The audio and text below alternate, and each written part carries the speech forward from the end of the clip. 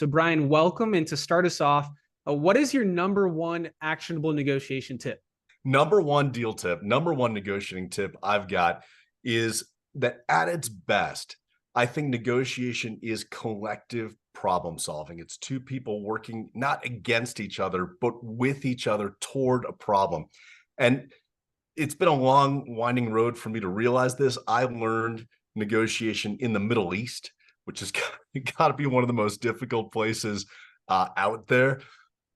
Early on, I knew nothing, which sometimes is good, by the way. There's a Zen concept called beginner's mind, where sometimes actually the less you know, the better you do. And I think one of my first investments, I did something that was crazy that you're never supposed to do, which is I found what I thought was the best company in all of Israel where we were investing.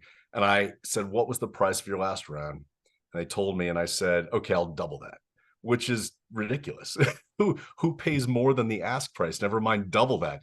But it ended up getting us a great deal, and my lack of knowledge ended up helping. But then as I evolved a little bit, I made a ton of amateur mistakes. I think like a lot of people, I view negotiation as this zero sum game of, okay, you say 20, I say 10, and we fight it out to see who gets on the other side of 15. And then I learned, okay, that's not actually the best way to do it. And it leads to a lot of animosity when the deal is done. So I started reading, I started learning, I started listening to people, podcasts like, I wish your podcast had been around when I was getting started, but podcasts like this.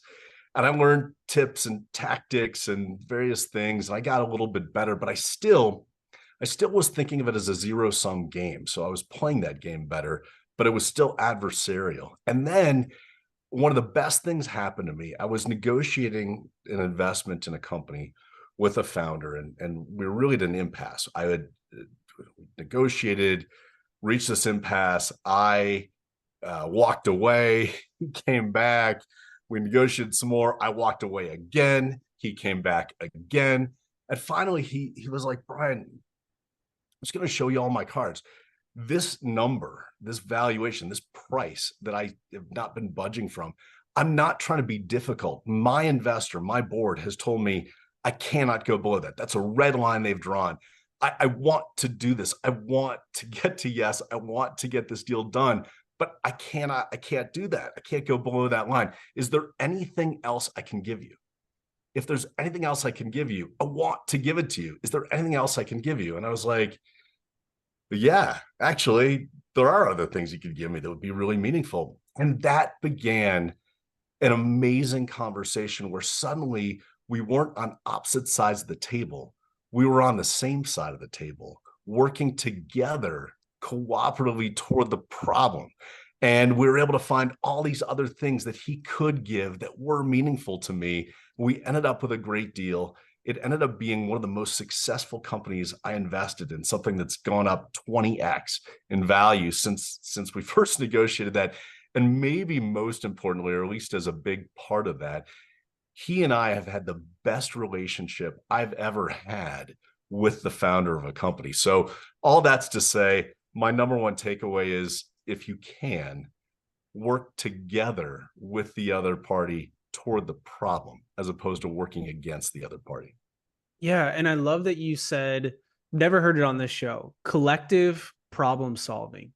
It's powerful, and it's in the midst of the adversity. This story is a great example because in the adversity of not reaching an agreement, you learn something new.